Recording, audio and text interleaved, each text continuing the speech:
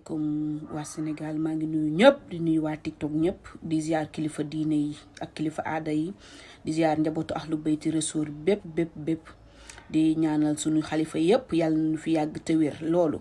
di nag tey am lu ma metti loolu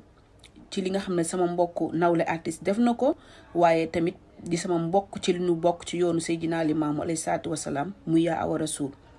ku nekk xam na ni nag laayan du tëgg du fecc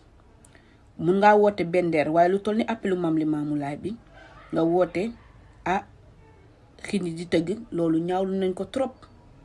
di jéggalu képp koo xam ne yaa ngi may woo man Collé Laye di jéggalu képp koo xam ne yaa ngi Facebook Instagram ak YouTube di commentaire yenn yi ñu ngi jéggalu bu baax a baax xam ne nit matul dafa juum ma koy jéggalu ci sama tur ak di ko jéggalu ci turam bu baax. yàlla xam na ne mosuma koo gis xamantewul ku nekk sa gis sa morom peut-être bu dul tale xamuma ko te nit munoo toog àdduna bi yëpp toog nga ne fii laa juddoo ci lii laa yaru ci laa màgg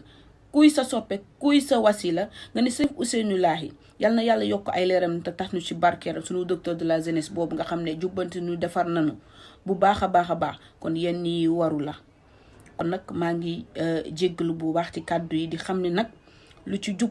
sunu borom la lu ci dëng man maa matul awma benn problème ak yaa awa rasul juste rek àdduna bi yëpp dañ maa woo képp ku ma xam ndaxte bu ne Collé Laye kon defe naa ne ku ne xam na fi ma bokk naam nag ñëpp la ñu sopp naam ñëpp la ñu bëgg waaye dafa am foo xam ne fa la ñu bokk muy njabootu ahlu bayti rasul di jéggalu bu baax ci kàddu di jéggaluwaat bu baax ci kàddu di xam ne showbiz ak diine du benn man tey ñëpp wuy si ne samay nawle artiste waaye defuñu fa lenn loo xamante ni yaakaar naa ko de bokkul ak li nga xam ne moom la ñu woote kon may jéggalu